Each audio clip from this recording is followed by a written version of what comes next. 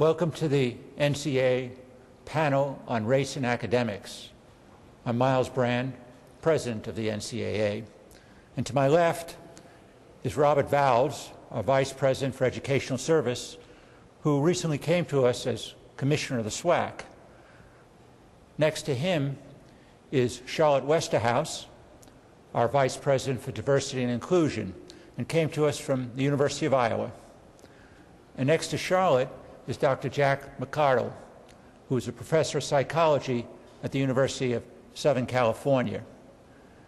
And next to Jack is Dr. Bernard Franklin, senior vice president for governance at the NCAA and a president of various HBCUs for 15 years. And we're happy to have you all with us. Today we want to talk about the relationships and the tensions between race and academics. One of the landmarks in this debate was the passage of what's called Prop 48 almost 25 years ago. And Jack, would you take a few minutes and tell us how that came about and the role that Prop 48 began to play in the NCAA as it began to understand better how to promote strong academics and how it intersected with racial issues? Sure. This is a very important issue in the NCAA history. Proposition 48 was named after the proposition at the convention, the NCAA convention, where the membership voted on what was the first, seemingly the first package of academic rules for initial eligibility. The rules themselves are really fundamentally important. For the first time, there are a few requirements that were put in that became the essential piece of this.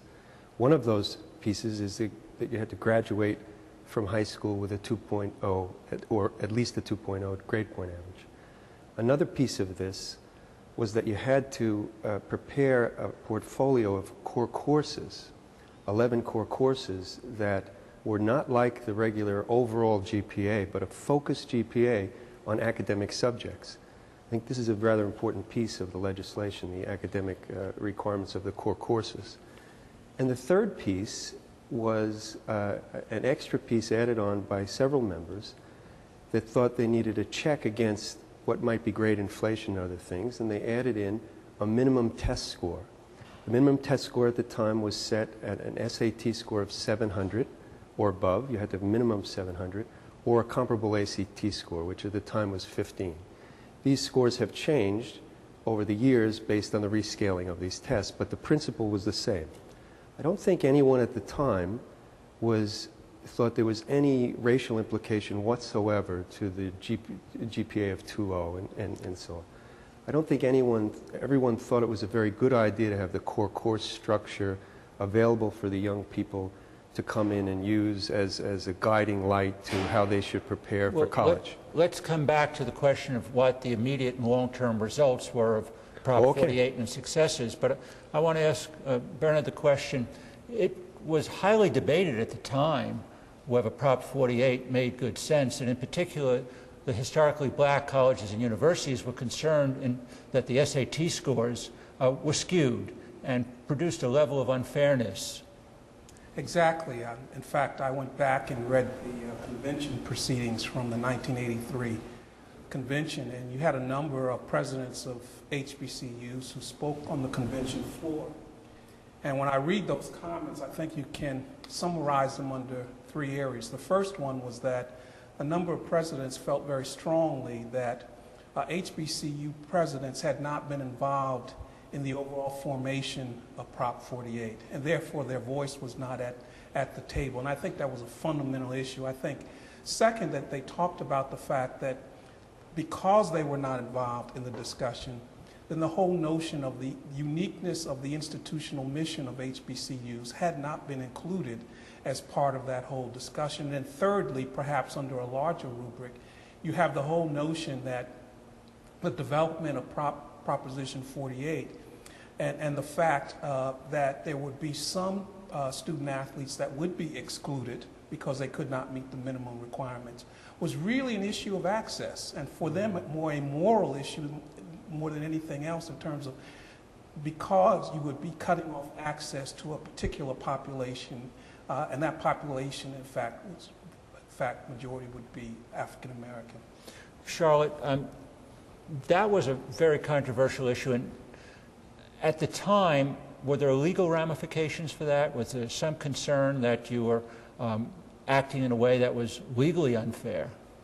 At the time, there were a variety of legal action court cases that dealt with intentional or unintentional disparate impact. Actions taken by universities, administrators, and colleges that may have an adverse impact on African Americans and other individuals of color over white students, intentional or unintentional. And there was a real concern, Myles, that Proposition 48, as you said, unintentionally, but the real effect would have a disparate impact on the number of African American men and women who, once again, as Bernard said, would be limited in their access to higher education. And this has been fought in the courts since Brown versus Board of Education. Access to higher education, access based on race, limited, open, what is fair to all, what is fair to some. Robert, you remember at the time there was a strong and negative reaction by the athletics community, including the basketball coaches. They were very much concerned that some of the young men who were going to play in the colleges and universities and have in the past would no longer be capable of playing. Well, I agree. I think there were several instances, but you remember John Thompson and his walkout and what an impact that had all throughout the country. But also the story of Kevin Ross and him not being able to read and getting through college on a fourth grade education. So there are so many factors that were talked about during this period of time, and rightfully so, the coaches were extremely concerned. Coaches were extremely concerned. Questions of access and to higher education was clearly very important. At the same time, we did have some student athletes who were not benefiting to the extent they should have from the education. Jack, help us now and trace that. That was about almost 25 years ago that it happened. Could you help us understand what happened in terms of the performance of student athletes, including student athletes of color, once this was passed? Well, we studied it. The research group at the NCAA went in, dug in, examined a lot of data to examine these issues. And we did find the access was limited. There was no doubt about it that this rule had a particular adverse impact in the selection. It also had an adverse impact in the selection of what would be likely graduates. And we focused in on this particular piece. We don't want to lose graduates, especially minority graduates. This was a big piece here. So when we watch the trends, we see that the average performances of the individuals in terms of graduation, in terms of GPAs and credit hours, was going up. That was for sure. And in fact, if you look at the figure, you see that that continues today.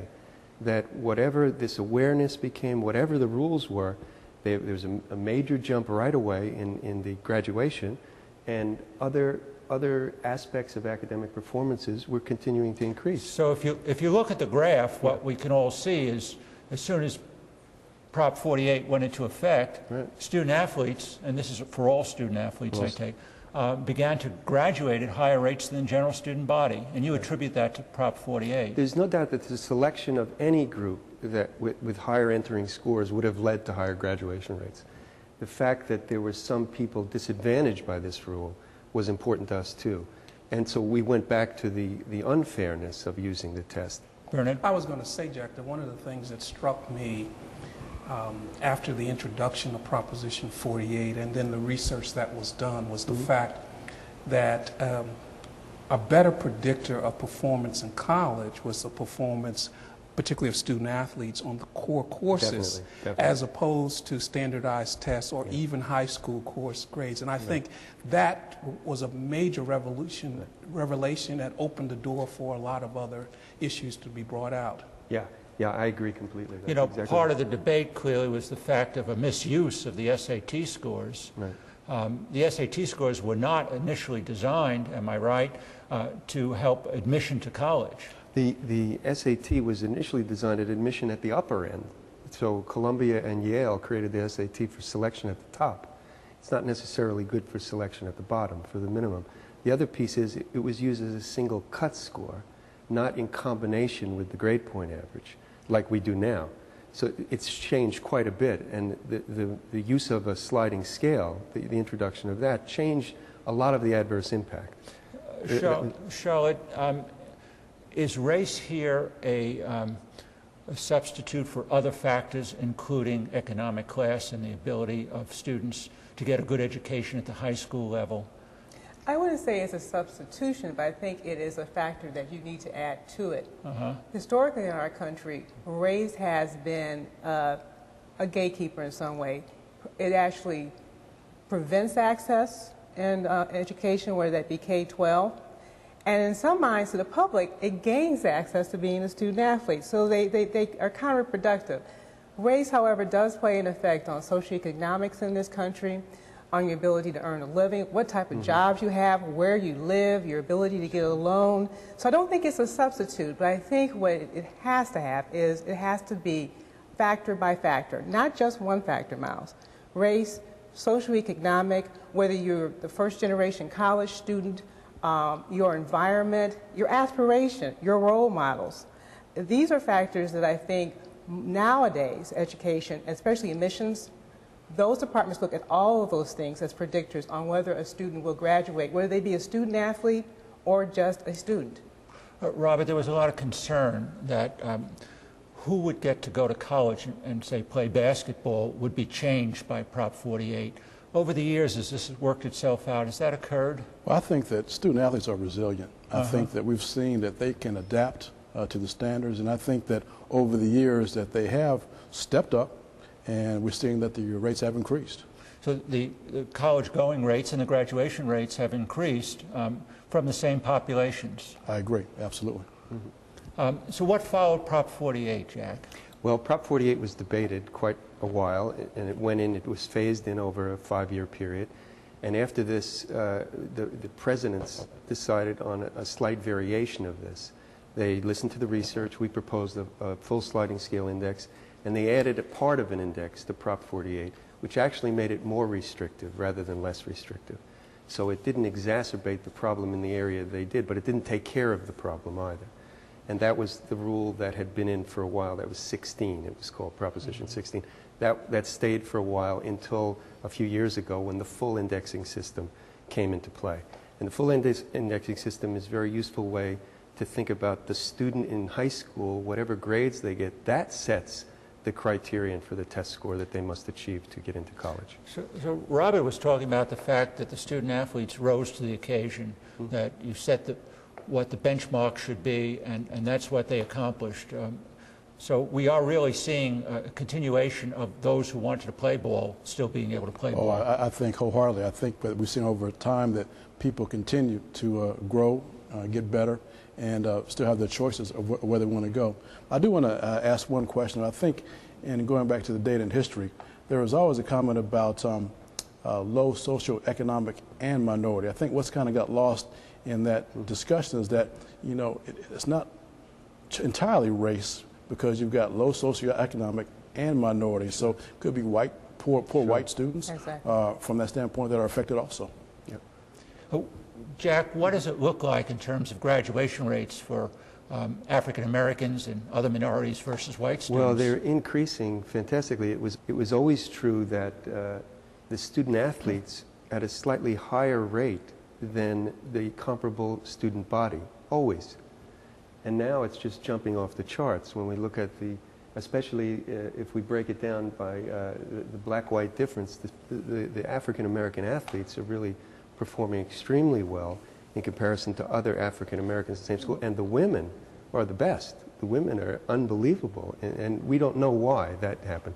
That was not I'm not going to touch that. And I'm not going to either. Not now. Maybe later. Maybe later. But it's a big But jump. if I'm looking at that chart correctly, the African American males have really increased dramatically. Yeah, no, there's been dramatic increases, and I think dramatic increases in high school preparation, too. That's not being stated by that chart, but that's where a lot of the graduation comes from, is high school prep. You know, I was going to say, Jack, that I think one of the issues when we talk about it, and I would agree that we've seen a dramatic increase in the graduation rates of African-American male student athletes compared to the African-American general population. I think the issue, though, is when you look at those rates, how comfortable are we that we could do more in terms of that. I mean, you got 39% for the general population versus 49% for the African American male student athlete rate. And I think we all have to take a commitment to say, while we've made progress, we need to do better. Well, let me ask that question. It's a hard question. Can we expect student athletes, particularly those who are coming from a disadvantaged educational background, to perform as well as the general student population, particularly if they're having to work 20 or more hours a week practicing their sport? Is that a realistic expectation? I don't know whether it's realistic, but I think there are programs in place like our summer bridge programs, our college prep courses. I think that preparation before getting to college, that summer, is so key right now to the predictor of being successful that first semester of college. But Myles, I do think we can learn lessons, maybe not from data, but from real case scenarios. Coach Ed Temple, who used to coach track at Tennessee State, I recently met him, and he told me that 99% of his student athletes who ran track graduated from the same neighborhoods where we're taking our basketball and football players now. And this was an HBCU context, 99%. And the only two student athletes in his entire career coaching the women's track team actually went into the service. I know we don't focus on track and field, but that has been traditionally a sport that has a large number of African American male and female student athletes. The graduation rate has been much higher. So I do think, based on these real life lessons and stories, many of them in HBCUs, where they have significantly higher graduation rates, that is not only possible, but it's doable. And these are realistic goals, hard goals, challenges to meet, but they are realistic goals. Is that fair to say? Very realistic, very hard, but I look upon not only students who are rising to the challenge, but in the case of Coach Temple, there were coaches who actually were working with faculty. Some of these coaches were faculty, and they understood the importance of higher education. The push to have higher graduation rates, frankly, white and black, has led some critics to say that student athletes, as a result, will take easy courses. They'll be tempted to cheat more than the general student body. Do you believe that? Is there any truth to those critics' claims? I don't buy that at all, Myles. I think implicit in that statement is not the recognition of the role of faculty as it relates to curriculum development. And I believe the faculty are the guardians of the gate on that particular issue, and that they are committed to academic integrity. And I just don't see faculty wholesale saying, let's create easy majors for student athletes, or let's make sure that they get assigned to the quote-unquote easy classes. So I think that faculty have a real commitment to making sure that the academic enterprise has integrity. Now, I don't think student athletes want that. I mean, think about the kids that you're recruiting, the work ethic, the time management, wanting to be leaders, what we're doing here. So I believe that that's not going to be the case. Jack, you're amongst everyone here, the practicing faculty member. Yes, I am a faculty member, and what's I'm very glad to hear these perspectives, because usually we're criticized for other things, like helping them along. And I haven't seen it either. I agree with Bernard that the integrity of a faculty member at a university is all they have, really. So that's all we really have is our academic strength, and I don't see this happening. Also, in the data we've looked at, the student athletes and the majors they take are no different than any other people their age. Well, let's follow up on that one, because another claim of the critics is that we're sectioning off student athletes into easier majors. Does your research support that? You know, there's a lot of loss in a lot of different communities of science and engineering majors, and there's a good criticism there. But the academic credentials required to be a science and engineering major is one of the limits of some of the people we're talking about. So they don't get in. Given what they come in with as high school students, they look like any other college student in the choice of majors, in the way they go through school, in the time they finish. They just happen to graduate at a slightly higher rate. Now, I don't know what to attribute that to, except the whole academic... It's what Robert said, yeah. and namely it was the values in which they conduct themselves while in school and elsewhere. Yeah, and I think we've seen a lot of change in 25 years about that issue. It's really helped people get organized, understand the value of academics and athletics together, not separate, and this has made a difference. And this is a role model for other kinds of academic exercises. Charlotte, historically, those from lower income environments sought higher education through athletics. It was a way to get a scholarship that you might not be able to attend otherwise. Yes. What we're finding, because perhaps the unfortunate correlation between African Americans and lower income groups, that the African American population in certain sports is very high. So in Division I, over half the football players are African American, and similarly for basketball. How do you explain that? Well, it's once again, it's not just socioeconomic, but it's opportunity, I believe, in the K-12 system. I think if you give any child the same opportunity as a K-12 or a young adult, you give them the opportunity to play golf, to play soccer, to play volleyball. Many of these communities, these types of sports are not available. Many communities are socioeconomically that are strapped to resources are cutting out the arts, are cutting out the science labs, are cutting out a lot of opportunities. The football field may be there may be a basketball court, and that's just about it. For men and perhaps women, even tracks in many of these schools are actually being closed for a variety of reasons. So it is socioeconomic, but what do you have as far as an opportunity to participate in sports? What is your knowledge of all the championships we have here at the NCAA? And it has been shown by all types of champions, if they have the opportunity to participate when they're young, not to watch it on television, not to listen to it on the radio, or, iPods now, but to actually to participate. Then as they go, when they maturate, they'll be able to participate in college. So the socioeconomic impact on these neighborhoods, on these young folks, and their participation in sports actually limits their ability to be involved in more sports, Myles. One of the things that's changed since Prop 48 is that we've moved away from purely initial eligibility standards to continuing eligibility. That is to say, we'll set a standard which incidentally is different from an admission standard of a university, but we'll set baseline standards for anyone to be eligible to participate in intercollegiate athletics. But once you get to school and you're admitted and you start, we now have continuing eligibility standards. Jack, could you describe those changes that took place over the years? Yeah, there weren't that many at first. There was this starting point of maybe a thought that you should have a 1.6 in your first year and maybe have 24 credits and so on. But what we did is we examined for historical data about 10 years. We found out what the graduates did. And that's how the benchmarks were set for each year.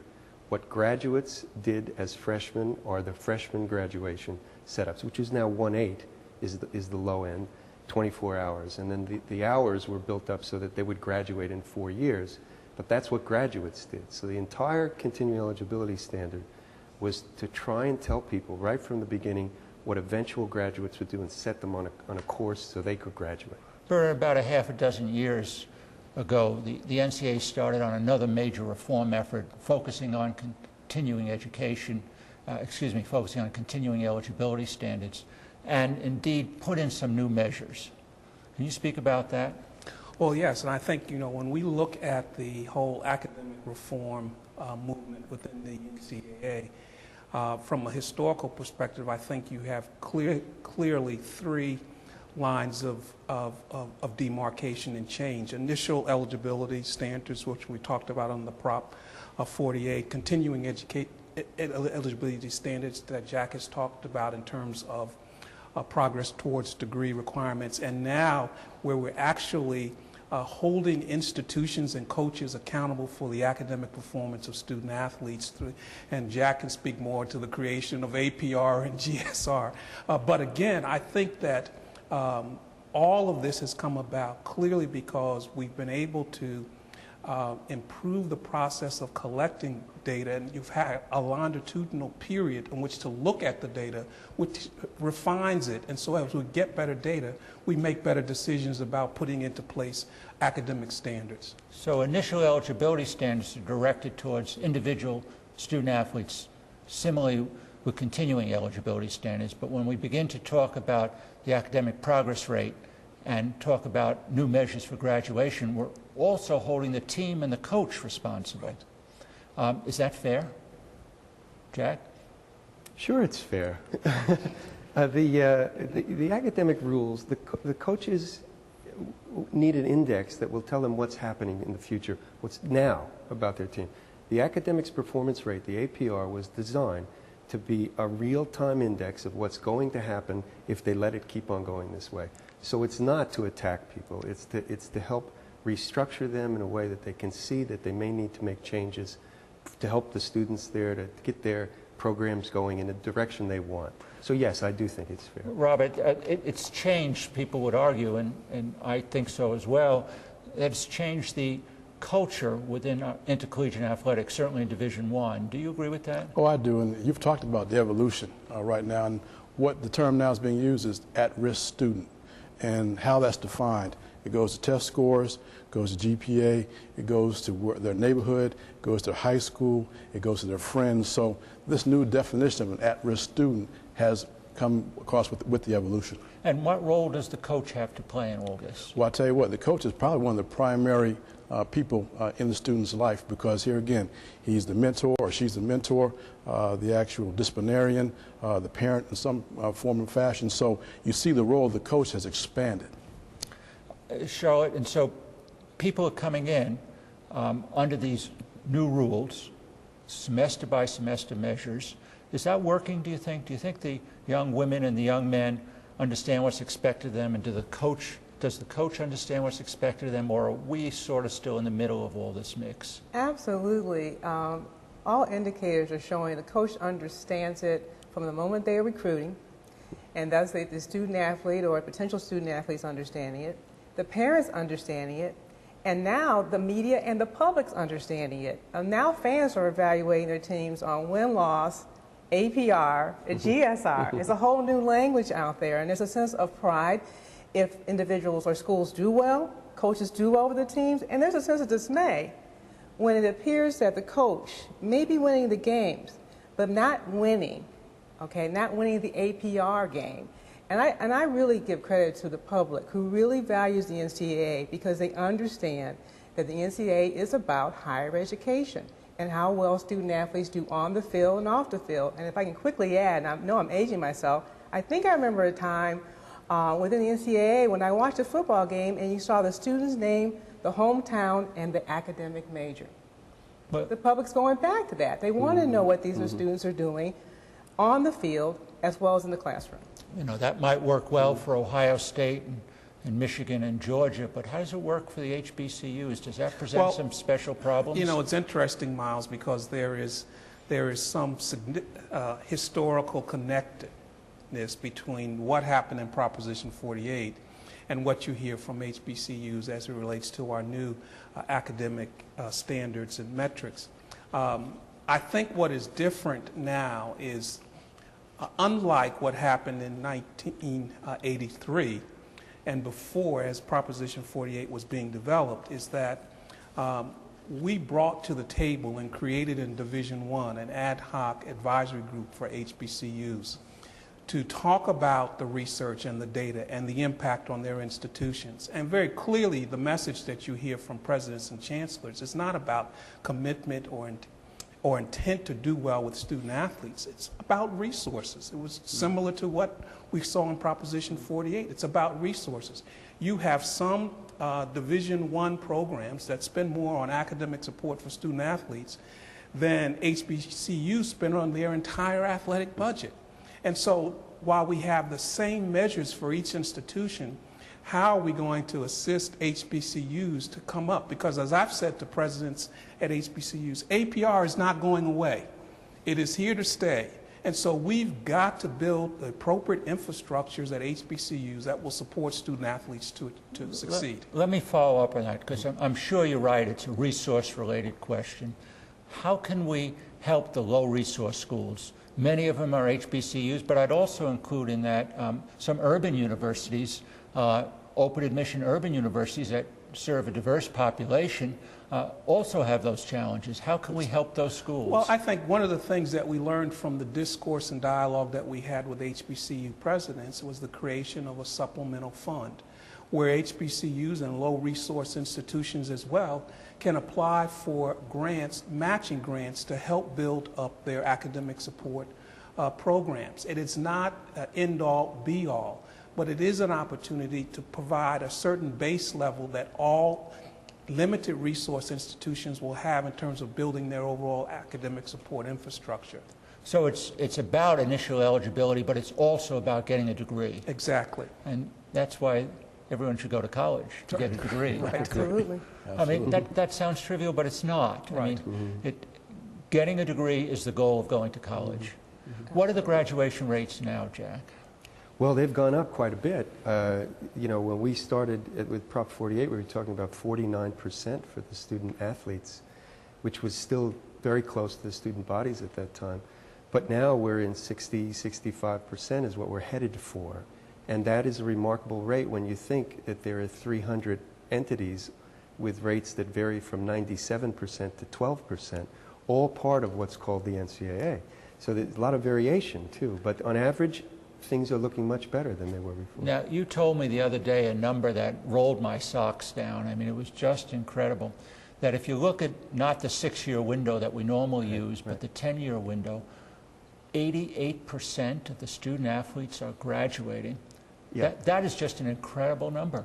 Well, I think it's because what happens is the usual way people investigate it was graduating from the place you start at.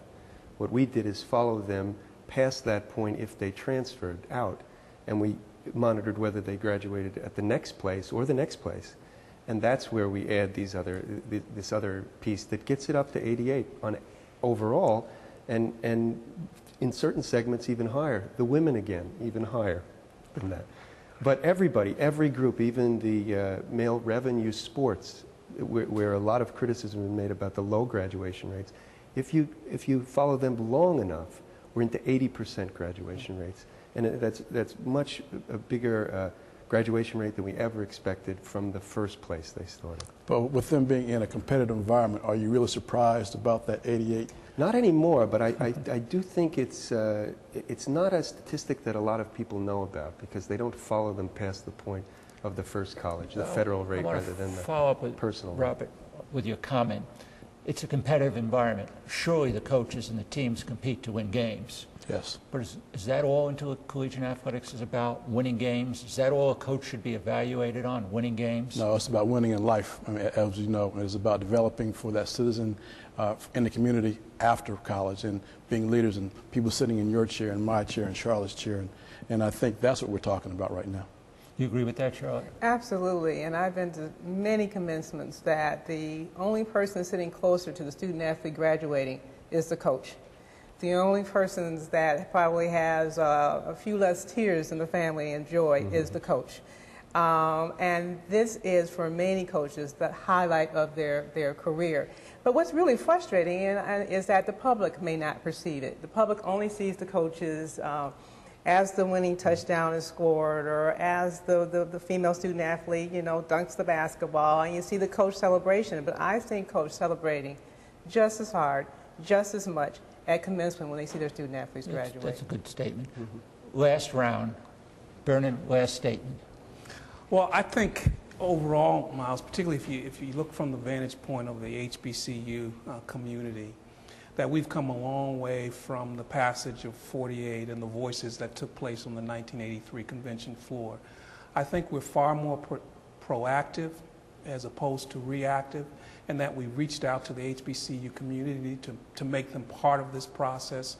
And so I think I commend the NCAA because we learned some lessons from 1983 and we didn't repeat them when we initiated this new rollout of academic reform. Jack, last word, and let me ask you in particular to project into the future. What's next? The thing that I find remarkable about the NCAA academic reform movement is that it worked. You can see it in our current rates of graduation and other success rates.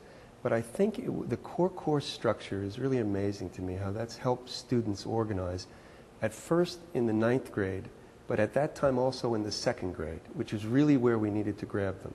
Now it's gone long enough that we've captured their imagination and put athletics and academics back together again.